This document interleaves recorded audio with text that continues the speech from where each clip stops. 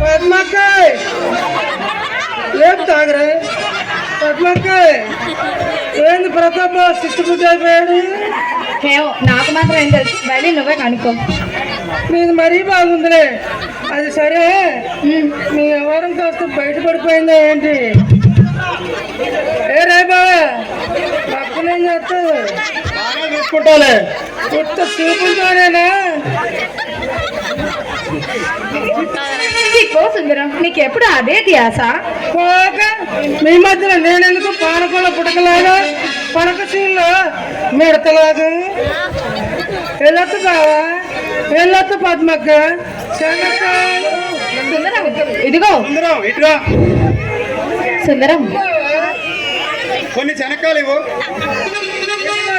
జిత్తి 30 రూపాయలు. ఇగో డబ్బులు తీసుకో.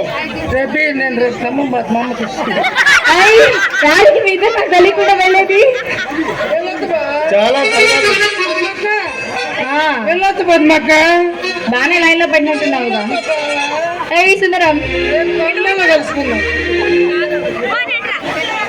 సుందరం చాలా సరదా మనిషి కదా. సరదా మనిషి, బాగా అర్థమవుతుంది లేదు.